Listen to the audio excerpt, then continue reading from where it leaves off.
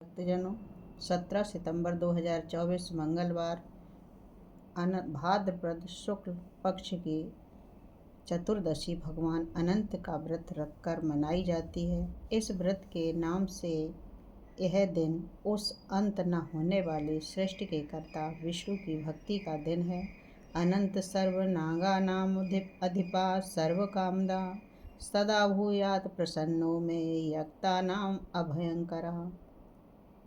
यह विष्णु कृष्ण रूप है और शेषनाग काल रूप में विद्यमान है, अतः दोनों को सम्मिलित पूजा हो जाती है।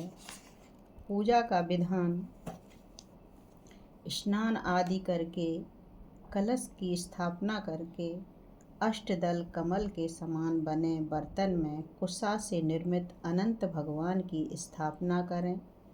समीप में 14 गांठ लगाकर हल्दी से रंगे कच्चे डोरे को रखें और गंध, अक्षत, पुष्प, धूप, दीप नैवेद्य से पूजन करें।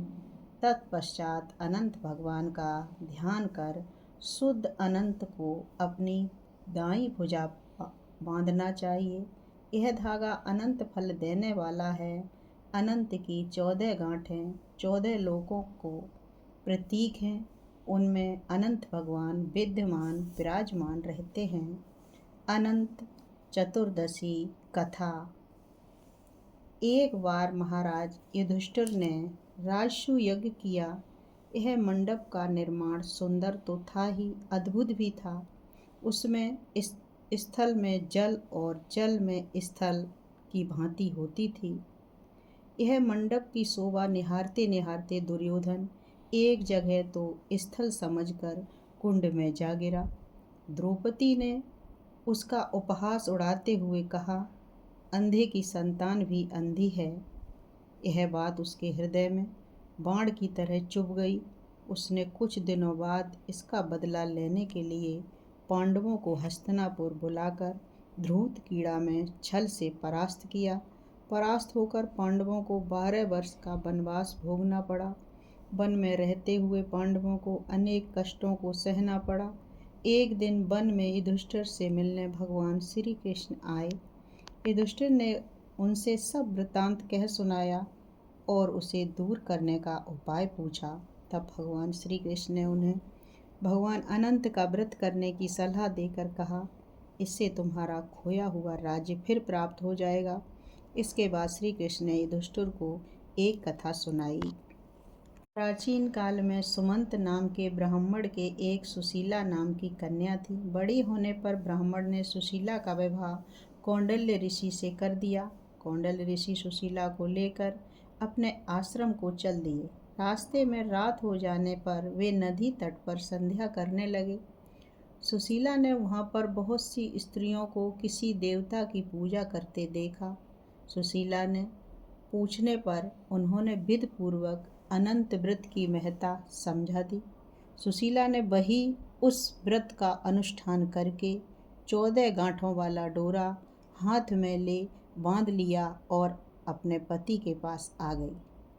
कौंडल्य ऋषि ने सुशीला के हाथ में बंधे धागे के बारे में पूछा तो उसने सारी बात समझा दी। कौंडल्य ऋषि सुशीला की बातों से अप्रसन्न हो गए तथा उनके हाथ से बंधे डोरे को अग्नि में डाल दिया। यह अनंत भगवान का अपमान था। कौंडल्य ऋषि की सुख संपत्ति नष्ट हो गई। सुशीला ने इसका कारण डोरे के जलने की बात दोहराई। पश्चाताप करते हुए ऋषि भगवान अनंत की खोज में वन में चले गए।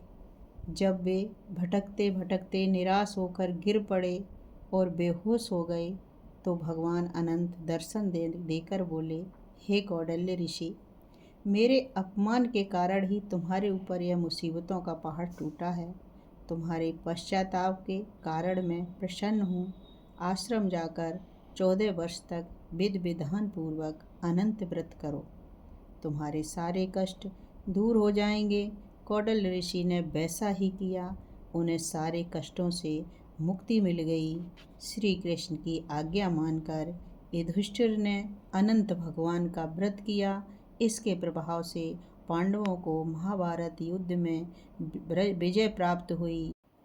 पांडवों की रक्षा सुख समृद्धि प्रदान की। इसी तरह हम सभी पढ़ने सुनने वालों की मनोकामना अनंत भगवान पूरी करें। जय हो विष्णु भगवान की।